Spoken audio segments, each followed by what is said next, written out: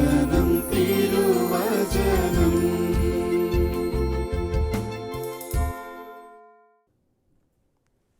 പിതാവിൻ്റെയും പുത്രൻ്റെയും പരിശുദ്ധാത്മാവിൻ്റെയും നാമത്തിൽ ആമേൻ.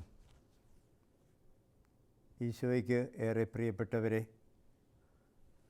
നമ്മൾ വചനം തിരുവചനം എന്ന പ്രോഗ്രാമിലേക്ക് പ്രവേശിക്കുമ്പോൾ ഇതിൽ പങ്കുചേരാൻ നിങ്ങളെ എല്ലാവരെയും സ്നേഹപൂർവ്വം സ്വാഗതം ചെയ്യുന്നു. വെളിപാടിൻ്റെ പുസ്തകം 1-ാമത്തെ അധ്യായം 3 മുതലുള്ള വാക്യങ്ങൾ നമ്മൾ വായിക്കുമ്പോൾ ഈ പ്രവചനത്തിലെ വാക്കുകൾ വായിക്കുന്നവരും കേൾക്കുന്നവരും ഇതിലെഴുതപ്പെട്ടിരിക്കുന്ന വചനങ്ങൾ പാലിക്കുന്നവരും അനുഗ്രഹീതർ എന്നാ പറയുക. അപ്പോൾ ദൈവവചനം കേൾക്കുകയും വായിക്കുകയും ധ്യാനിക്കുകയും ചെയ്യുന്നവർ അനുഗ്രഹീതരായി മാറുകയാണ്. അതുകൊണ്ട് നിങ്ങൾ ഈ വചന ശുശ്രൂഷയിൽ പങ്കുചേരുമ്പോൾ നിങ്ങൾ ശരിക്കും അനുഗ്രഹീതരായി മാറുന്നു. നിങ്ങളുടെ ഭവനം അനുഗ്രഹിക്കപ്പെടുന്നു, നിങ്ങളുടെ പ്രവൃത്തികളും പദ്ധതികളും അനുഗ്രഹിക്കപ്പെടുന്നു, ദൈവകൃപ നിങ്ങളുടെ ജീവിതങ്ങളിൽ നിറയുന്നു. ഇതിനുവേണ്ടി നമുക്ക് ഇന്ന് പ്രത്യേകമായിട്ട് പ്രാർത്ഥിക്കാം. സങ്കീർത്തനം 1-ാമത്തെ സങ്കീർത്തനം 2-ാമത്തെ വാക്യം വായിക്കുമ്പോൾ ഇതിനെ നമ്മൾ കേൾക്കുക. ഒരു ദൈവ പൈതൽ ദൈവത്തിൻ്റെ വചനത്തിൽ ആനന്ദിക്കുക, അവൻ അതേപ്പറ്റി ധ്യാനിക്കുന്നു എന്നാണ് പറയുന്നത്. അപ്പോൾ നമ്മുടെ ധ്യാന വിഷയമാണ് നമ്മുടെ വചനം. വചനം വെറുതെ കേൾക്കാൻ വേണ്ടി മാത്രമുള്ളതല്ല, അത് നമ്മുടെ ഹൃദയത്തിൽ പതിയാൻ, ഹൃദയത്തിൽ അത് ആഴത്തിൽ വേരൂന്നി വളരാൻ, നന്മയുടെ ആത്മീയതയുടെയൊക്കെ ഫലങ്ങൾ പുറപ്പെടുവിക്കാൻ ഈ വചന ശുശ്രൂഷ നമ്മളെല്ലാവരെയും സഹായിക്കട്ടെ. നമുക്കൊരു നിമിഷം ഈ സമയത്തെ സമർപ്പിച്ച്, ലോകം മുഴുവനെയും സമർപ്പിച്ച്, നമ്മുടെ കൂടെയുള്ളവരെ സമർപ്പിച്ച്, എല്ലാ ദുരിതങ്ങളെയും സങ്കടങ്ങളെയും തകർച്ചകളെയും സമർപ്പിച്ച് നമുക്ക് പ്രത്യേകം പ്രാർത്ഥിക്കാം. ഒപ്പം നമ്മുടെ എല്ലാ നിയോഗങ്ങളെയും നമുക്കിതിനോട് ചേർത്ത് വയ്ക്കാം. കർത്താവ് നമ്മളെ അനുഗ്രഹിക്കട്ടെ. നമ്മുടെ ഇന്നത്തെ ജീവിതം മുഴുവനും കൃപ കൊണ്ട് നിറയപ്പെടട്ടെ. നമ്മുടെ എല്ലാ പരിസരങ്ങളും ആശീർവദിക്കപ്പെടട്ടെ. ദൈവത്തിന് സ്തുതി പറഞ്ഞ് ഹല്ലേലൂയ പറഞ്ഞ് നമുക്ക് പ്രാർത്ഥിക്കാം. ഹൃദയത്തിൽ ദൈവത്തെ സ്തുതിക്കുക. ദൈവം നൽകുന്ന അനുഗ്രഹങ്ങളെ ഓർത്ത് നന്ദി പറഞ്ഞുകൊണ്ട് ഈ വചന ശുശ്രൂഷയെ നമുക്ക് പ്രത്യേകം കർത്താവിന് സമർപ്പിച്ച്, അമ്മേ മാതാവേ, വചനത്തിന് കാവലിരുന്നവളെ ഞങ്ങൾക്ക് വേണ്ടി അപേക്ഷിക്കണമേ. ഞങ്ങളുടെ കുടുംബങ്ങൾക്ക് വേണ്ടി, ഞങ്ങളുടെ കുടുംബത്തിലുള്ളവർക്ക് വേണ്ടി, അന്യനാടുകളിലൊക്കെ പോയി സേവനം ചെയ്യുന്ന അധ്വാനിക്കുന്നവർക്ക് വേണ്ടി, രോഗാവസ്ഥയിലും പാപാവസ്ഥയിലും കഴിയുന്നവർക്ക് വേണ്ടി, ഞങ്ങളുടെ പ്രാർത്ഥനാ സഹായം അർഹിക്കുകയോ ചോദിക്കുകയോ ചെയ്യുന്ന സകലർക്കും വേണ്ടി, ഞങ്ങൾക്ക് വേണ്ടി പ്രാർത്ഥിക്കണമേ എന്ന് അമ്മയോട് നമുക്ക് പ്രാർത്ഥിക്കാം. നന്മ നിറഞ്ഞ മറിയമേ സ്വസ്തി, കർത്താവ് അങ്ങയോടുകൂടെ സ്ത്രീകളിൽ അങ്ങ് അനുഗ്രഹിക്കപ്പെട്ടവളാകുന്നു. അങ്ങയുടെ ഉദരഫലമായി ഈശോ അനുഗ്രഹിക്കപ്പെട്ടവനാകുന്നു. പരിശുദ്ധ മറിയമേ, ദൈവമാതാവേ, പാപികളായ ഞങ്ങൾക്ക് വേണ്ടി എപ്പോഴും ഞങ്ങളുടെ മരണസമയത്തും തമ്പുരാനോട് അപേക്ഷിക്കണമേ. ആമേൻ. നമുക്കിന്നത്തെ വചനഭാഗത്തേക്ക് നമ്മൾ പോകുമ്പോൾ യേശയ്യാ പ്രവാചകൻ്റെ പുസ്തകത്തിലെ 29-ാമത്തെ അധ്യായത്തിൽ 13-ാമത്തെ വചനം നമ്മൾ എടുക്കുക. കർത്താവ് അരുളി ചെയ്യുന്നു, ഈ ജനം വാക്കുകൊണ്ട് മാത്രം എന്നെ സമീപിക്കുകയും അധരം കൊണ്ട് മാത്രം എന്നെ ആരാധിക്കുകയും ചെയ്യുന്നു. ഇവരുടെ ഹൃദയം എന്നിൽ നിന്ന് അകന്നിരിക്കുന്നു. ഒരു പരാതിയാണ്. കർത്താവ് അരുളി ചെയ്യുന്നു, ഈ ജനം വാക്കുകൊണ്ട് മാത്രം എന്നെ സമീപിക്കുകയും അധരം കൊണ്ട് മാത്രം എന്നെ ആരാധിക്കുകയും ചെയ്യുന്നു. ഇവിടെ ഹൃദയം എന്നിൽ നിന്ന് അകന്നിരിക്കുന്നു. തമ്പുരാൻ്റെ ഒരു പരാതിയായത്. ഹൃദയവും മനസ്സും പുറമേയുള്ള ജീവിതവും തമ്മിൽ ബന്ധമില്ലാത്ത ഒരുതരം ജീവിതം, അതിനെ കർത്താവ് ശാസിക്കുന്നുണ്ട്. അതുകൊണ്ട് നമുക്ക് നമ്മുടെ ഉള്ളിലുള്ള കാര്യങ്ങളെക്കുറിച്ച് നമ്മളെക്കുറിച്ചൊരു വീണ്ടും വിചാരം ആവശ്യമാണ്. YOU എന്ന് പറയുന്നൊരു പുസ്തകമുണ്ട്. നീ എന്ന് മലയാളത്തിൽ അതിൻ്റെ തർജ്ജമയുണ്ട്. ആ പുസ്തകത്തിൻ്റെ കർത്താവ് ഒരു റൈമണ്ട് ഒസിയസ് എന്ന് പറയുന്നൊരു കർത്താവ്, ഒരു ആത്മീയ ചിന്തകനാണ്. അദ്ദേഹം ഈ പുസ്തകത്തിനകത്ത് തുടക്കത്തിൽ കൊണ്ടുവരുന്ന ഒരു ഷോപ്പനോവർ എന്ന് പറയുന്ന ചിന്തകനെക്കുറിച്ച് പറഞ്ഞുകൊണ്ടാണ്. ഈ ഷോപ്പനോവർ എന്ന് പറയുന്ന ചിന്തകൻ എന്നും രാവിലെ പ്രഭാത സവാരിക്ക് പോകുന്നയാളാണ്. രാവിലെ പോകും, നേരം പരപര എന്ന് വെളുത്ത് തുടങ്ങുന്ന സമയത്ത് അരണ്ട വെളിച്ചത്തിൽ നടക്കാൻ പോകും. അങ്ങനെ നടക്കാൻ പോകുന്ന സമയത്ത് അതുപോലെ തന്നെ നടക്കുന്ന വേറെ ആളുകളുണ്ടാകും. ഇദ്ദേഹം ഇങ്ങനെ നടക്കുന്ന സമയത്തൊരു കാര്യം ഇങ്ങനെ ഓർത്തോർത്ത് പോയി ചിന്തിച്ചുകൊണ്ടാണ് നടക്കുക. ഇപ്പോൾ ചിന്തിക്കുമ്പം മുമ്പോട്ടല്ല നോക്കുക, അല്പം താഴേക്ക് തല കുനിച്ചിട്ട് ഇങ്ങനെ ഒരു കാര്യം ഓർത്തിങ്ങനെ ചിന്തിച്ച് പോകുമ്പോൾ എതിരെ ഒരാൾ സ്പീഡിൽ ഇങ്ങോട്ട് വന്നു. അപ്പോൾ സ്പീഡിൽ ഇങ്ങോട്ട് വന്നയാൾ നേരം വെളുത്ത് വരുന്നല്ലേ ഉള്ളൂ, ഈ ഷോപ്പനോരുമായിട്ട് കൂട്ടിമുട്ടിക്കഴിഞ്ഞപ്പം എതിരെ വന്നയാൾ ചോദിച്ചു, താൻ എങ്ങനെയാണ് ഇങ്ങനെ കണ്ണും മുക്കിലാക്കി നടക്കുന്നത്? അങ്ങനെ പറഞ്ഞ് അങ്ങോട്ട് തട്ടിക്കറി. താൻ ആരാ എന്നൊക്കെ ചോദിച്ചു. ഷോപ്പനോർ വളരെ ശാന്തമായിട്ട് മറുപടി പറഞ്ഞു. ചില ആളുകൾ അങ്ങനെയുണ്ടല്ലോ, തെറ്റ് ചെയ്തിട്ട് നമ്മുടെ നേരെ തട്ടിക്കറിഞ്ഞ ചില ആളുകളൊക്കെ ഉണ്ട്. ഈ ഷോപ്പനോർ അദ്ദേഹം ഒരു ചിന്തകനായിരുന്നുകൊണ്ട് അദ്ദേഹം ശാന്തമായിട്ട് മറുപടി പറഞ്ഞു, താൻ എന്നോട് ചോദിച്ചൊരു ചോദ്യമുണ്ടല്ലോ, ഞാൻ ആരാണെന്ന്. അതിനെനിക്ക് ഉത്തരം അറിയാമായിരുന്നെങ്കിൽ ഈ കൂട്ടിമുട്ടൽ ഉണ്ടാകുമായിരുന്നില്ല. ഞാൻ ആരാണെന്ന് ചിന്തിച്ചുകൊണ്ടാണ് ഞാൻ നടക്കുക. ഞാൻ ആരാണെന്ന് എനിക്ക് കൃത്യമായി മനസ്സിലാക്കാൻ കഴിഞ്ഞിരുന്നെങ്കിൽ നമ്മൾ തമ്മിൽ ഈ കൂട്ടിമുട്ടൽ ഉണ്ടാകുമായിരുന്നില്ല എന്നും പറഞ്ഞ് ശാന്തമായിട്ട് പോയി. അപ്പോൾ ആ പുസ്തകം മുഴുവൻ പറയുന്നത് നീ ആര് എന്നുള്ളതിനെക്കുറിച്ചാണ്. നമുക്കിങ്ങനെ ഒരു വിഷയം നമ്മുടെ കയ്യിൽ കിട്ടിയാൽ നമുക്ക് ഒത്തിരി ചിന്തിക്കാൻ പറ്റും. പലപ്പോഴും നമ്മളാരും നമ്മളെക്കുറിച്ച് അധികം ചിന്തിക്കാറില്ലല്ലോ. നമ്മുടെ സൗകര്യങ്ങളെക്കുറിച്ച് അല്ലെങ്കിൽ നമുക്ക് ലഭിക്കേണ്ട കാര്യങ്ങളെക്കുറിച്ചൊക്കെ നമ്മളൊക്കെ അധികം ചിന്തിക്കുക. നമ്മുടെ കുറവുകളെക്കുറിച്ച് നമുക്ക് ചിന്തിക്കാൻ പേടിയാണ്, ഭയമാണ്. നമ്മുടെ കുറവുകളെക്കുറിച്ച് നമുക്ക് ചിന്തിക്കാം, കാരണം അത് നമ്മളെ ഭയപ്പെടുത്തും. ഇത്രയും കുറവുകളൊക്കെ ഞാൻ ഉള്ളവനാണല്ലോ ഞാൻ എന്നങ്ങ് ബോധ്യപ്പെട്ട് കഴിഞ്ഞാൽ പിന്നെ അത് തിരുത്തേണ്ടതായിട്ട് വരും. അതുകൊണ്ട് പലപ്പോഴും നമ്മളെക്കുറിച്ച് ചിന്തിക്കാതെ മറ്റുള്ളവരെക്കുറിച്ചൊക്കെ ചിന്തിക്കുന്നവരാണ്. അയാൾ എങ്ങനെയുണ്ട്, അല്ല അവൻ എങ്ങനെയുണ്ട്, അവൾ എങ്ങനെയുണ്ട്, അവൻ എന്തെല്ലാം രീതികളുണ്ട്. അങ്ങനെ നമ്മൾ മറ്റുള്ളവരെ വിമർശിക്കുന്നതിൻ്റെ അടിത്തറയിൽ നിൽക്കുന്ന കാര്യമെന്ന് പറയുന്നത് അവരെക്കുറിച്ചുള്ള നമ്മുടെ ചിന്തകളാണ്. ആ ചിന്ത തിരിച്ച് നമ്മളെക്കുറിച്ച് ആരെങ്കിൽ നമ്മൾ വളരെ വ്യത്യാസപ്പെട്ട വ്യക്തികളായിത്തീരും. ഒരു സെൽഫ് അവെയർനെസ് എന്ന് പറയുന്നൊരു കാര്യമില്ലേ, നമ്മളെക്കുറിച്ചുള്ള ഒരു അവബോധം എന്ന് പറയുന്നത്, അത് നമുക്ക് വളരെ പ്രധാനപ്പെട്ട കാര്യമാണ്. അപ്പം മറ്റുള്ളവരെക്കുറിച്ച് അധികം ചിന്തിക്കാതെ നമ്മളെക്കുറിച്ചും നമ്മുടെ കാര്യങ്ങളെക്കുറിച്ചും നമ്മുടെ മുമ്പോട്ടുള്ള ഗതിയെക്കുറിച്ചും നമ്മുടെ സ്വഭാവത്തെക്കുറിച്ചും നമ്മുടെ പ്രവർത്തന ശൈലികളെക്കുറിച്ചൊക്കെ നമ്മൾ ചിന്തിക്കുമ്പോൾ എന്തെങ്കിലുമൊക്കെ നമുക്ക് തെളിഞ്ഞു കിട്ടാതിരിക്കില്ല. അത് നമ്മുടെ ജീവിതത്തെ മാറ്റിമറിക്കാൻ രൂപാന്തരപ്പെട്ട് നമ്മളെ സഹായിക്കുകയും ചെയ്യുന്ന കാര്യം ഓർക്കുക. ചില ആളുകളെ ഞാൻ കണ്ടിട്ടുണ്ട്, പ്രത്യേകിച്ച് മറ്റ് കുട്ടികളെയൊക്കെ പഠിപ്പിക്കുന്ന പല അധ്യാപകരൊക്കെ. ചില അധ്യാപകർ സമ്മതിച്ചാൽ മതി, ചില സ്കൂളിലുള്ള എല്ലാ കുട്ടികളെയും വ്യക്തിപരമായിട്ട് അറിയുന്ന ചില അധ്യാപകരുണ്ട്. അവരുടെ ഗുണഗണങ്ങൾ, അവരുടെ കൊച്ചു കുസൃതികൾ എന്ന് വേണ്ട, അവൻ്റെ വീട്, പശ്ചാത്തലം ഒക്കെ കൃത്യതയോടുകൂടി അറിയുന്ന ചില അധ്യാപകരെ ഞാൻ കണ്ടിട്ടുണ്ട്. അത് മറ്റുള്ളവരെക്കുറിച്ചല്ല അറിയുക. ആ അധ്യാപകൻ ഒരുപക്ഷെ തന്നെക്കുറിച്ച് അങ്ങനെ ചിന്തിക്കാറില്ലായിരിക്കാം. നല്ല ആയതുകൊണ്ടാണല്ലോ അധികം മറ്റുള്ളവരെക്കുറിച്ചൊക്കെ ചിന്തിക്കുക. അപ്പോൾ അതൊരു നല്ല കാര്യമാണ്, മറ്റുള്ളവരെക്കുറിച്ചൊക്കെ ചിന്തിക്കുക, അവരെ മനസ്സിലാക്കുക എന്ന്. പിന്നെ പലപ്പോഴും ഈ ശീലങ്ങളെക്കുറിച്ച് ഓർത്ത് പോകാറുണ്ട്. ശീലം എന്ന് പറയുന്നത് എന്താ? ഹാബിറ്റ് എന്ന് പറയുന്നതാണല്ലോ ശീലം. അത് പലപ്പോഴും നമ്മൾ അങ്ങനെ സ്പോണ്ടേനിയസ് ആയിട്ട് ചെയ്തു പോകുന്നതാണ്. വണ്ടി ഡ്രൈവ് ചെയ്ത് നിങ്ങൾക്കൊക്കെ അറിയാം, കുറേ നാൾ വണ്ടി ഓടിച്ച് കഴിയുമ്പോൾ അതിൻ്റെ ക്ലച്ച് ചവിട്ടുന്നതോ ബ്രേക്ക് ചവിട്ടുന്നതോ ഗിയർ മാറുന്നതൊക്കെ ഓട്ടോമാറ്റിക്കായിട്ട് വന്നോളും. നമ്മൾ പിന്നെ അതിന് വേണ്ടിയിട്ടൊരു മസിൽ പിടിക്കേണ്ട കാര്യമൊന്നും വരുന്നില്ല. അതൊരു ഹാബിറ്റായിത്തീരുക. പക്ഷേ ഈ ഹാബിറ്റ് പലപ്പോഴും നമ്മൾ കോൺഷ്യസ് ആയിട്ട് ചെയ്യുന്നതല്ല, കോൺഷ്യസ് അല്ലാതെ ചെയ്യുന്നതായ ഹാബിറ്റായിട്ട് മാറുക.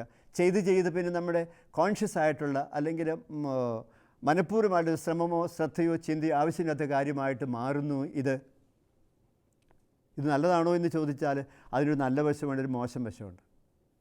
ചില ആളുകൾ വളരെ കൃത്യതയോടുകൂടി നല്ല കാര്യങ്ങളൊക്കെ ചെയ്യുന്നവർ, രാവിലെ 5 മണി അല്ലെങ്കിൽ 5 മണിക്കോ 4:30 എഴുന്നേൽക്കും. കൃത്യതയാണ്. അത് കോൺഷ്യസ് ആയിട്ട് അറിഞ്ഞുകൊണ്ട് ചെയ്യുന്നതായിരിക്കില്ല. ആ സമയമാകുമ്പോൾ എഴുന്നേൽക്കും. ചില രാവിലെ എഴുന്നേറ്റ് എന്തെങ്കിലും കാര്യം നിങ്ങൾ കണ്ടിട്ടുണ്ടോ? ഈ പുകവലിക്കാരെ കണ്ടിട്ടുണ്ട്. പുകവലിക്കുന്ന ആളുകൾ അത് കോൺഷ്യസ് ആയിട്ടല്ല ചെയ്യുക. ആലോചിച്ചിപ്പോൾ ഒരു സിഗരറ്റോ ബീഡിയോ വലിക്കണമെന്ന് വിചാരിച്ചിട്ട് ചെയ്യുന്നവരല്ല. അതങ്ങനെ സ്പോണ്ടേനിയസ് ആയിട്ട് ചെയ്ത് പഠിച്ചതുകൊണ്ട് അങ്ങനെ ഒരു ഇൻസ്റ്റിങ്ക്റ്റ് തോന്നിയതുകൊണ്ട്, ഒരു പ്രേരണ തോന്നിയതുകൊണ്ട് ചെയ്യുന്നതേ ഉള്ളൂ. അപ്പോൾ അതിനകത്ത് വലിയ മെറിറ്റൊന്നുമില്ല. ഞാൻ ഈ ജയിലുകളെക്കുറിച്ച് ഓർത്തിട്ടുണ്ട്. ജയിലിലാണ് ഏറ്റവും സുഖം എന്നാണ് പറയുന്നത്. ചിലപ്പോൾ അങ്ങനെയുള്ള ആളുകളെ കണ്ടുമുട്ടപ്പം കറക്റ്റ് സമയത്ത് ഭക്ഷണം, ജോലികളുണ്ടെങ്കിൽ അത്, വിശ്രമത്തിനുള്ള സമയം, കൂട്ടുകാരുണ്ട്, അങ്ങനെ എല്ലാം കൊണ്ടും നോക്കിയാൽ ഒരു സമൂഹത്തിൽ കിട്ടേണ്ട എല്ലാ നന്മകളും ഒരു ജയിലിലുണ്ട്. സമയം ഒറ്റയ്ക്ക് അലഞ്ഞു നടക്കേണ്ട കാര്യമില്ല. അവിടെയെല്ലാം കൃത്യതയോടുകൂടി കാര്യങ്ങൾ നടക്കുന്നു. പക്ഷേ ഈ കൃത്യതയോട് കാര്യങ്ങൾ നടക്കുന്നു എന്നുള്ളത് സുഖമുള്ള കാര്യമാണോ? അല്ല. കാരണം അവിടെ സ്വാതന്ത്ര്യമില്ല, പുറത്തു പോകാനാവുന്നില്ല. അപ്പോൾ ഹബിച്വലായിട്ട് അല്ലെങ്കിൽ ഒരു ശീലം പോലെ കാര്യങ്ങൾ നന്നായിട്ട് പോകുന്നു എന്നുള്ളതല്ല. നമ്മൾ ചെയ്യുന്ന ഓരോ കാര്യത്തെക്കുറിച്ചും ഒരു സെൽഫ് അവെയർനെസ് എന്ന് പറയുന്ന ഒരു ചിന്ത ഒത്തിരി നമ്മളെ നന്മയിലേക്ക് പോകാൻ സഹായിക്കും. ഒരിക്കലും ഞാൻ ഒരു ആളെ പരിചയപ്പെട്ടു, ഒരു വീട്ടമ്മയെ പരിചയപ്പെട്ടു. ആ വീട്ടമ്മയോട് പറഞ്ഞു 3 കാര്യങ്ങൾ 3 in 1 ചെയ്യുന്ന ആളാച്ചാ ഞാൻ. രാവിലെ എഴുന്നേറ്റ് മക്കൾക്ക് 2 പേരുണ്ട്. ആ 2 മക്കളെയും വായിക്കാനിരുത്തണം. വായിക്കുന്നത് ഞാൻ കേൾക്കും. വായിക്കുന്നത് കേട്ടുകൊണ്ടിരിക്കുന്ന സമയത്ത് തന്നെ ഞാൻ പച്ചക്കറിയോ അല്ലെങ്കിൽ കറിക്കുള്ള സാധനം അരിഞ്ഞുകൊണ്ടിരിക്കും. അതിൻ്റെ അങ്ങേപ്പുറം അടുപ്പിനെടുത്താണെങ്കിൽ ഞാൻ ഓരോ ദോശ ചുട്ടുകൊണ്ടിരിക്കും. 3 in 1 പരിപാടി. അപ്പോൾ ഈ 3 കാര്യങ്ങളും ഈ കുടുംബനാഥ ചെയ്യുന്നത് കോൺഷ്യസ് ആയിട്ടല്ല, അതങ്ങനെ ഓട്ടോമാറ്റിക്കായിട്ട് നടന്നു പോവുകയാണ്. ഇത് നമ്മുടെ ജീവിതത്തിന് ഒരു കുറവായിട്ട് കാണാൻ പറ്റുമോ? എല്ലാ കാര്യങ്ങളും കുറച്ചുകൂടി ചിന്തിച്ചും ആലോചിച്ചും കോൺഷ്യസ് ആയിട്ട് ചെയ്യാൻ പറ്റും എന്ന് പറയുന്ന ഒരു കാര്യമുണ്ട്. അതിലേക്കൊക്കെ നമുക്ക് കൂടുതൽ ചിന്തിക്കാൻ പറ്റും. അപ്പോൾ ശീലങ്ങളെല്ലാം നല്ലതല്ല എന്ന് നിങ്ങളോട് ഞാൻ പറയുക. ശീലങ്ങൾ പലപ്പോഴും നമ്മളിൽ ഒത്തൻറ്റിസിറ്റി നഷ്ടപ്പെടുന്ന വരെയാണ്. മുമ്പോട്ട് അധികം നോക്കുന്ന ആ ശീലം അനുസരിച്ച് പോകുന്നുവെന്ന് മാത്രം. അതുപോലെ തന്നെ നമുക്ക് മറ്റൊരു കാര്യം ഓർക്കാൻ പറ്റും. ഈ തിരുവചനം നമ്മോട് പറയും, ഹൃദയത്തിൻ്റെ തികവിൽ നിന്ന് വേണം അത്തരം സംസാരിക്കാൻ എന്ന് കർത്താവ് പറഞ്ഞു വെച്ചത് ഈ യെശയ്യാ പ്രവാചകൻ ഒന്നുകൂടെ നേരത്തെ പറഞ്ഞു വെച്ചു എന്നേ ഉള്ളൂ. അപ്പോൾ നമുക്ക് കാണാൻ സാധിക്കും, നമ്മുടെ പല കാര്യങ്ങളും നമ്മൾ ചെയ്യുമ്പോൾ അതിനകത്ത് നമ്മുടെ പേഴ്സണാലിറ്റി, നമ്മുടെ വ്യക്തിത്വം എന്ന് പറയുന്നത് വിഭജിക്കപ്പെട്ട് പോവുകയാണ്. പൗലോസ് ഇതേക്കുറിച്ച് പറയുന്നതിനെക്കുറിച്ച് നമ്മൾ ഇനി കുറച്ചുകൂടെ ചിന്തിക്കുക. പൗലോസ് അപ്പോസ്തലൻ പറയും, നമ്മളിൽ ഒരു വിസിബിൾ പേഴ്സൺ ഉണ്ട്, വിസിബിൾ മാൻ ഉണ്ട്. ദൃശ്യനായൊരു മനുഷ്യൻ, പുറമേ കാണപ്പെടുന്ന ഒരു മനുഷ്യനുണ്ട്, എ വിസിബിൾ പേഴ്സൺ. അതുപോലെ തന്നെ നമ്മളൊരു ഇൻവിസിബിൾ പേഴ്സൺ ഉണ്ട്, അദൃശ്യനായൊരു വ്യക്തിയുമുണ്ട്. കാണുന്നില്ലെന്നേ ഉള്ളൂ. അപ്പോൾ അദൃശ്യനായ, നമ്മൾ കാണാത്ത നമ്മളിലുള്ള ഒരു വ്യക്തിയാണ് ഈ വിസിബിളായിട്ട് പുറമെയുള്ള പല കാര്യങ്ങൾക്ക് നമ്മളെ പ്രേരിപ്പിച്ചുകൊണ്ടിരിക്കുക. 2 കൊരിന്ത്യർ 4:16 പറയുമ്പം അദ്ദേഹം ഇങ്ങനെ പറയും, ബാഹ്യമനുഷ്യൻ ക്ഷയിച്ചു കൊണ്ടിരിക്കുന്നു, അതേസമയം ആന്തരിക മനുഷ്യൻ അതിനോടൊപ്പം നവീകരിക്കപ്പെട്ടിരിക്കുകയും വേണം. നവീകരണത്തെക്കുറിച്ച് അദ്ദേഹം പറയുക, നമ്മുടെ ബാഹ്യമനുഷ്യൻ, the external man, the external person, ആ മനുഷ്യൻ, ഈ പുറമേയുള്ള മനുഷ്യൻ പ്രായം ചെല്ലുന്നതനുസരിച്ച് ക്ഷയത്തിലേക്ക് പോയിക്കൊണ്ടിരിക്കുക. വൃദ്ധിയും ക്ഷയവും എന്നൊക്കെ നമ്മൾ പണ്ട് പറയാറില്ലേ. വൃദ്ധി എന്ന് പറഞ്ഞാൽ വളർച്ച, ക്ഷയം എന്ന് പറഞ്ഞത് നാശത്തിലേക്ക് പോകുന്നത്. അപ്പോൾ നമ്മുടെ പുറമേയുള്ള മനുഷ്യൻ ക്ഷയിച്ചു കൊണ്ടിരിക്കുന്നാലും ആന്തരിക മനുഷ്യൻ, the inner man should be renewed, എന്നും നവീകരിച്ചു കൊണ്ടിരിക്കണം. അപ്പോഴാണ് 92-ാം സങ്കീർത്തനത്തിൻ്റെ 8-ാമത്തെ വാക്യം നമ്മൾ ഓർക്കുക, മൂത്ത് മുരടിച്ചാലും പച്ചകിടാതെ ഫലം ചൂടി നിൽക്കുന്നു. വെറുതെ അല്ല, മൂത്ത് പ്രായം കൂടി വരുന്നാലും അവനിലുള്ള നന്മയും പുണ്യവുമൊക്കെ ഫലം പുറപ്പെടുവിച്ചുകൊണ്ട് നിൽക്കുകയാണ്. അപ്പോൾ അതൊരു നല്ല അവസ്ഥയല്ലേ. അപ്പോൾ നമുക്ക് ഓർക്കാം, നമ്മുടെ ആന്തരികമായ ഒരു നവീകരണം എപ്പോഴും നമുക്ക് വേണമെന്നാണ് പൗലോസ് അപ്പോസ്തലൻ പറയുക. അത് നമ്മുടെ ഈ ആന്തരികമായ നവീകരണം നമ്മുടെ പിൽക്കാലങ്ങളെ മുമ്പിൽ കണ്ടുകൊണ്ട് ആന്തരിക മനുഷ്യൻ നവീകരിക്കപ്പെട്ടുകൊണ്ടിരിക്കണം എന്ന് പറയുമ്പോൾ നമ്മുടെ ആന്തരിക മനുഷ്യനെക്കുറിച്ച് നമുക്കൊരു ബോധ്യമുണ്ടാകുക. നമ്മൾ സങ്കീർത്തനം 25:7 വായിക്കുമ്പോൾ അതിനകത്ത് ദാവീദ് പറയും, എൻ്റെ യൗവനത്തിലെ പാപങ്ങളെ കർത്താവ് നീ ഓർക്കരുതേ. യൗവനകാലത്ത് പല തെറ്റുകളൊക്കെ ചെയ്ത് അങ്ങനെ മലീമസമായ ഒരു വ്യക്തിത്വം തനിക്കുള്ളിൽ കിടപ്പുണ്ട്, തൻ്റെ ഓർമ്മയുള്ളത് കിടക്കുകയാണ്. അത് അവിടെ നവീകരിക്കപ്പെട്ടിട്ടില്ല. 90-ാം സങ്കീർത്തനത്തിൻ്റെ 8-ാമത്തെ വാക്യം നമ്മൾ വായിക്കുമ്പോഴും അവിടെയും നമ്മൾ കാണും, എൻ്റെ പഴയ പാപങ്ങളെ കർത്താവെ ഓർക്കല്ലേ. കിടപ്പുണ്ട് പഴയ പാപങ്ങളൊക്കെ, അപ്പോൾ അത് നീ ഓർക്കരുത്.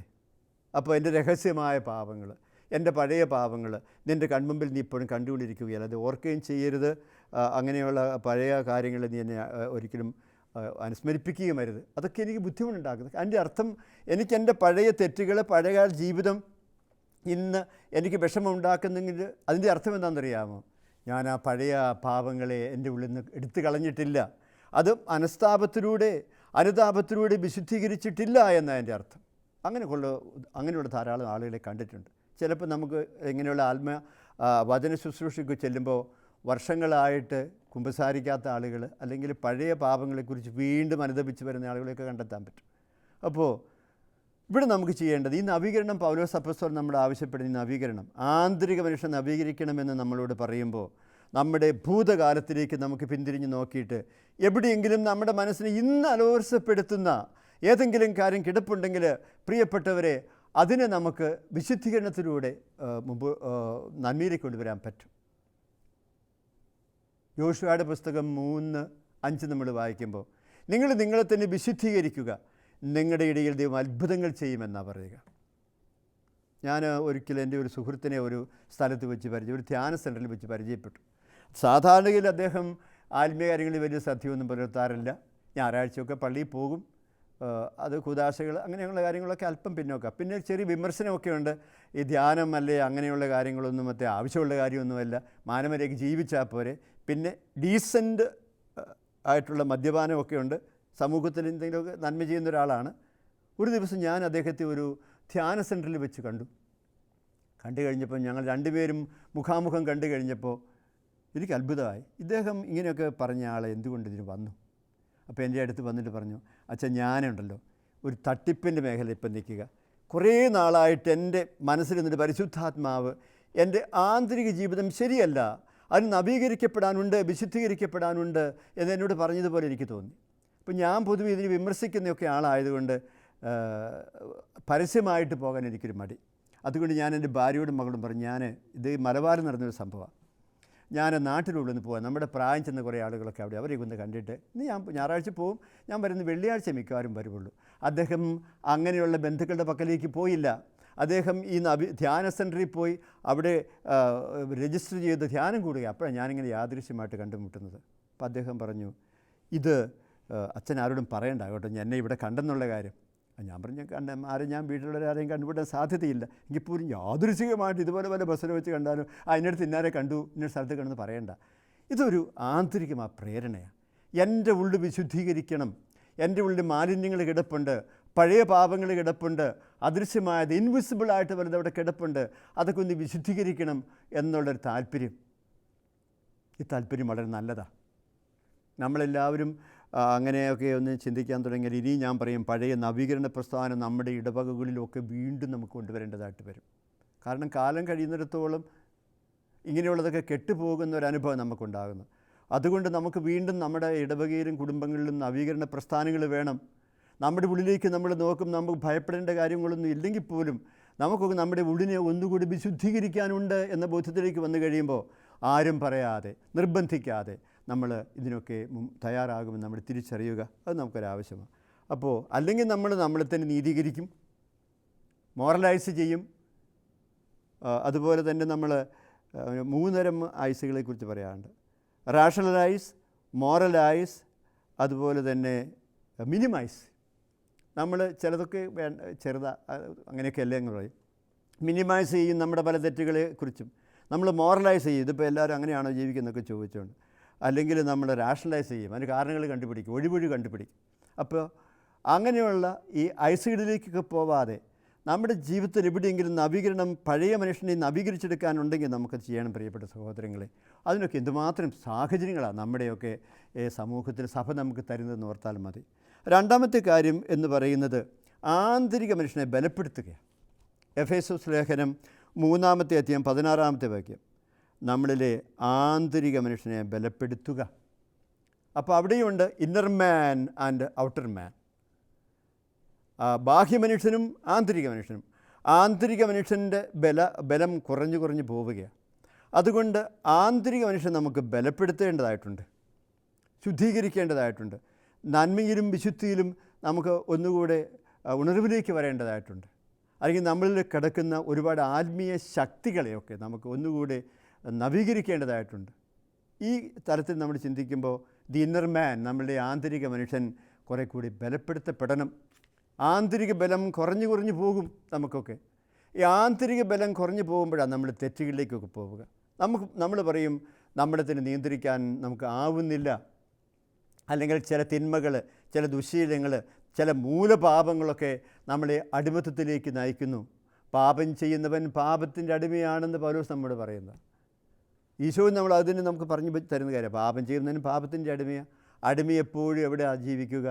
യജമാൻ്റെ വീട്ടിലാണ് ജീവിക്കുക. നമ്മൾ സ്വതന്ത്രനല്ല. അതുകൊണ്ട് ദൈവം നിങ്ങളെ സ്വതന്ത്രരാക്കിയാൽ നിങ്ങൾ യഥാർത്ഥ സ്വാതന്ത്ര്യമുള്ളവരായി തീരും. അതുകൊണ്ട് പൗലോസ് നമ്മോട് പറയും, നിങ്ങൾ സ്വാതന്ത്ര്യത്തിലേക്ക് വിളിക്കപ്പെട്ടവരാണ്. ഗലാത്യ ലേഖനം 5 നമ്മൾ എടുക്കുമ്പോൾ 2 സ്ഥലത്ത് അങ്ങനെ പറഞ്ഞു, 1-13 നമ്മൾ കാണുന്നതാണ്. അപ്പോൾ നമ്മൾ ഏതെങ്കിലും ഒരു തിന്മയ്ക്ക് അടിമയായി പോകുന്നുവെങ്കിൽ അതിൻ്റെ അർത്ഥം നമ്മുടെ ആന്തരിക മനുഷ്യൻ്റെ ശക്തി കുറഞ്ഞു പോയി എന്നാണ്. പലപ്പോഴും നമ്മുടെ നവീകരണ പ്രസ്ഥാനങ്ങളിലോ അതിനുള്ള അങ്ങനെയുള്ള കാര്യങ്ങളിലോ ഒക്കെ നമ്മൾ ചെല്ലുമ്പോൾ നമുക്ക് ഈ നവീകരണത്തിന് വേണ്ടിയിട്ടുള്ള ഒരുപാട് കാര്യങ്ങളൊക്കെ നമ്മൾ വെച്ചിട്ട് കുറച്ച് കഴിയുമ്പോൾ നമ്മളറിയാതെ തന്നെ അത് ദുർബലമായി പോകുന്നൊരു അവസ്ഥാവിശേഷമുണ്ട്. അതുകൊണ്ടാണ് നമ്മൾ പറയുക, നമ്മളിലുള്ള ദുശീലങ്ങളോ പാപവാസനകളോ ഒക്കെ നമ്മളെ ദുർബലരാക്കി പാപത്തിലേക്ക് കൊണ്ടുചെന്ന് എത്തിക്കുന്ന നമ്മുടെ ഇടയാകാതെ അവിടെയും നമുക്ക് ദി ഇന്നർ മാൻ, നമ്മളെ ആന്തരിക മനുഷ്യൻ, നമ്മുടെ ഉള്ളിലെ മനുഷ്യനെ നമുക്ക് ബലപ്പെടുത്തേണ്ടതായിട്ടുണ്ട്. ഈ ബലപ്പെടുത്തലിന് നമ്മളേറെ സഹായിക്കുന്നത് നമ്മുടെ കൂദാശകൾ, നമ്മുടെ വിശുദ്ധ കുർബാന, ആരുമറിയാൻ നമ്മൾ ചെയ്യുന്ന ചില പ്രായശ്ചിത്ത പ്രവൃത്തികൾ, ചില പ്രവൃത്തികൾ, നമ്മുടെ ഉപവാസങ്ങൾ, നമ്മുടെ നോമ്പുകൾ, നമ്മുടെ തിരുവചനം ഗ്രഹിക്കാനുള്ള താല്പര്യം, ഇതൊക്കെ നമ്മളെ ബലപ്പെടുത്തിക്കൊണ്ടിരിക്കും. ഈ ബലം കുറഞ്ഞു പോയാൽ നമ്മൾ പാപത്തിലേക്ക് വീഴും. നമുക്ക് അങ്ങനെ ഒരു ബലവാനായ മനുഷ്യൻ നമ്മൾ കാണുന്നത് ന്യായാധിപന്മാരുടെ പുസ്തകം 13-ാമത്തെ അധ്യായം മുതൽ പറയുന്ന സാംസണെക്കുറിച്ചാണ്. ഒരുക്ക മനുഷ്യനല്ലായിരുന്നു. എത്ര പേരെ അദ്ദേഹം ഒരു കഴുതിയുടെ താടിയിൽ കൊണ്ട് കൊന്നത്, എത്ര പേരെ കെട്ടിടം മറിച്ചിട്ട് കൊന്നത്. പക്ഷേ എന്തു പറ്റി? ഒരു സ്ത്രീയുടെ പ്രലോഭനത്തിന് മുമ്പിൽ അദ്ദേഹം ദുർബലനായി മാറി. അങ്ങനെ ധാരാളം പ്രലോഭനങ്ങൾ അല്ലെങ്കിൽ അതുപോലുള്ള സാഹചര്യം നമ്മുടെ ഉള്ളിൽ വരുമ്പോൾ നമ്മളിലെ ആന്തരിക ബലം കുറഞ്ഞു പോകാതെ ശക്തിപ്പെടുത്താൻ ദൈവം തൻ്റെ പരിശുദ്ധാത്മാവിനെ പ്രിയപ്പെട്ടവരെ നമുക്ക് നൽകിയിരിക്കുന്നു. പരിശുദ്ധാത്മാവ് വന്നു കഴിയുമ്പോൾ നമ്മൾ ശക്തി പ്രാപിക്കും. അതുകൊണ്ട് എന്നും രാവിലെ എഴുന്നേൽക്കുമ്പോൾ ദുർബലരായ നമുക്ക് ഒരു പ്രാർത്ഥനയുണ്ടാകട്ടെ നമ്മുടെ ചുണ്ടുകളിൽ, അധരങ്ങളിൽ. നിൻ്റെ പരിശുദ്ധാത്മാവ് കൊണ്ട് എന്നെ ബലപ്പെടുത്തണമേ, എന്നെ ശക്തിപ്പെടുത്തണമേ, ആത്മാവെ നിറയണമേ എന്ന് നമുക്ക് ഈ ബലത്തിന് വേണ്ടി, ശക്തിക്ക് വേണ്ടി പ്രാർത്ഥിക്കണം. അതുപോലെ തന്നെ നമുക്ക് മറ്റുള്ളവരെ ബലപ്പെടുത്താനുമുണ്ട്. അത് നമുക്ക് മറക്കാണ്ടിരിക്കാം. തിന്മയിലും പാപത്തിലും അല്ലെങ്കിൽ ദൈവരഹിതമായ ജീവിതത്തിലും ദുർബലതകളിലും ഒക്കെ വീണ് കിടക്കുന്ന നമ്മുടെ സഹോദരങ്ങളെ, അവരുടെ ആത്മരക്ഷയെ കരുതി അവരെയൊക്കെ നന്മയിലും ബലപ്പെടുത്താനും നിലനിർത്താനും ഒക്കെ നമുക്ക് ഉത്തരവാദിത്വമുണ്ട്. നമ്മുടെ കാര്യം മാത്രം നോക്കാനുള്ളവരല്ലല്ലോ. അപ്പോൾ ഈ പഴയ മനുഷ്യനെ ബലപ്പെടുത്തുക, അതും നമ്മൾ പൗലോസ് അപ്പോസ്തലനോട് പറയുന്നത്. എഫേസ്യർ 4:22 നമ്മുടെ പഴയ മനുഷ്യനെ വിശുദ്ധീകരിക്കാനും ബലപ്പെടുത്താനും പറയുന്നുണ്ട്. അപ്പോൾ നമ്മൾ ഈ സന്ദേശത്തെ നമ്മളിങ്ങനെ അവസാനിപ്പിക്കാൻ നമ്മൾ ശ്രമിക്കുമ്പോൾ ഒരു കാര്യം നമുക്ക് ഓർക്കാം. ഒരു സെൽഫ് അവെയർനെസ്സിലേക്ക് നമുക്ക് കടന്നു വരേണ്ടതായിട്ടുണ്ട്. നീ ആര് എന്ന ആദ്യത്തെ ചോദ്യം നമുക്ക് നമ്മോട് തന്നെ ചോദിക്കാം. നിനക്കെന്തെല്ലാം കുറവുകളുണ്ട് നീ കണ്ടുപിടിക്കണമെന്ന കാര്യം നമുക്ക് നമ്മോട് തന്നെ പറയാം. നിൻ്റെ പ്രവൃത്തികളും നിൻ്റെ രീതികളുമൊക്കെ തമ്പുരാനും സഹജീവികൾക്കും പ്രീതികരമായ ഒന്നാണോ എന്ന് നീ ചിന്തിക്കണമെന്ന് നമുക്ക് നമ്മോട് തന്നെ പറയാം. അങ്ങനെ വരുമ്പോൾ പ്രിയപ്പെട്ടവരെ, നമ്മുടെ ജീവിതത്തിന് മറ്റൊരു തലം ഉണ്ടാകും. അതുകൂടി വിശുദ്ധീകരണത്തിൻ്റെ നന്മയുടെ തലമായിരിക്കും. നമുക്കതുകൊണ്ട് തമ്പുരാൻ്റെ തിരുമുമ്പിൽ ഒരു നിമിഷം കണ്ണുകളൊക്കെ അടച്ച് പ്രാർത്ഥിക്കാം. ഹൃദയത്തിലേക്ക് നോക്കി നമ്മുടെ മനസ്സിൽ തെളിയുന്ന തമ്പുരാൻ്റെ ചിത്രത്തിന് മുമ്പിൽ നിന്നുകൊണ്ട് നമ്മുടെ ബാഹ്യ ജീവിതവും പുറമേയുള്ള ജീവിതവും നമ്മുടെ ഉള്ളിലെ ജീവിതവും ഒന്നുപോലെയാകുന്ന ഒരു നേർരേഖയിൽ ജീവിക്കാൻ, ഉള്ളിലൊന്ന് പുറത്തൊന്ന്, അങ്ങനെ വഞ്ചനയുടെ കാപട്യത്തിന് ജീവിതമായി മാറാതിരിക്കാൻ പരിശുദ്ധാത്മാവെ ഞങ്ങളെ സഹായിക്കണം. നമുക്ക് ഹൃദയത്തിൽ പ്രാർത്ഥിച്ചുകൊണ്ടിരിക്കാം. ആത്മാവ് നമ്മളെ ബലപ്പെടുത്തിക്കൊണ്ടിരിക്കുന്നു. ആത്മാവാണ് നവീകരണത്തിന് ശക്തി. ദൈവത്തിൻ്റെ പരിശുദ്ധാത്മാവ് നമ്മളെ ഈ സമയം നവീകരിക്കും. നമുക്ക് ആഗ്രഹിച്ച് പ്രാർത്ഥിക്കാം. പരിശുദ്ധാത്മാവെ നിറയണമേ, നിറയണമേ. ബലവും ശക്തിയും നവീകരണത്തിൻ്റെ കൃപകളും തന്ന് ഞങ്ങളെ അനുഗ്രഹിക്കണമേ. ഞങ്ങളിലുള്ള പഴയ പാപങ്ങളെക്കുറിച്ചൊക്കെ അനുദപിക്കാൻ അനുതാപത്തിൻ്റെ വരം തരണമേ. ഏതെങ്കിലും തിന്മകൾ ഞങ്ങൾ കാണാതെ ഞങ്ങൾ കിടപ്പുണ്ടെങ്കിൽ, അവ ഞങ്ങളെ ദുർബലരാക്കുന്നെങ്കിൽ അതിനെയെല്ലാം അങ്ങ് ഈ സമയം എടുത്തു കളഞ്ഞ് ഞങ്ങളെ സ്വതന്ത്രരാക്കി ദൈവകൃപയോടെ ജീവിക്കാൻ ഞങ്ങളെ ഓരോരുത്തരെയും അങ്ങയുടെ അനുഗ്രഹങ്ങളാൽ നിറയ്ക്കണമേ. പരിശുദ്ധാത്മാവെ നിറയണമേ. പരിശുദ്ധാത്മാവെ ഞങ്ങൾ നിറഞ്ഞ വരദാനങ്ങളാൽ ഞങ്ങളെ സമ്പന്നരാക്കണമേ. ദൈവകൃപയിൽ നിന്ന് അകന്നു കഴിയുന്ന എല്ലാ മക്കളെയും, അങ്ങേ മറന്നു നടക്കുന്ന എല്ലാ മക്കളെയും അങ്ങയുടെ കൃപകളാൽ നിറച്ച് പരിശുദ്ധാത്മായ മാനസാന്തരത്തിൻ്റെ വരം കൊടുത്ത് അവരെല്ലാവരെയും അനുഗ്രഹിക്കണമേ. ദൈവമേ, ഞങ്ങൾ അങ്ങയെ സ്തുതിക്കുന്നു, നന്ദി പറയുന്നു, അങ്ങയെ മഹത്വപ്പെടുത്തുന്നു. അങ്ങയുടെ നാമത്തിന് സ്തോത്രം ആലപിക്കുന്നു. ഈശോയെ നന്ദി. കർത്താവെ സ്തോത്രം. ദൈവമേ സ്തുതി. ഞങ്ങൾക്ക് നൽകിയ എല്ലാ കൃപകൾക്കും ഞങ്ങൾ നന്ദി പറയുന്നു. ഈ സമയത്തെ ഓർത്ത് സ്തോത്രം പറയുന്നു. ഞങ്ങൾ ആഗ്രഹിക്കുന്ന ആത്മീയ നന്മകൾ ഞങ്ങൾക്ക് തരുന്നതിനോട് ഞങ്ങൾ അങ്ങയെ മഹത്വപ്പെടുത്തുന്നു. ദൈവമേ നന്ദി. കർത്താവെ സ്തോത്രം.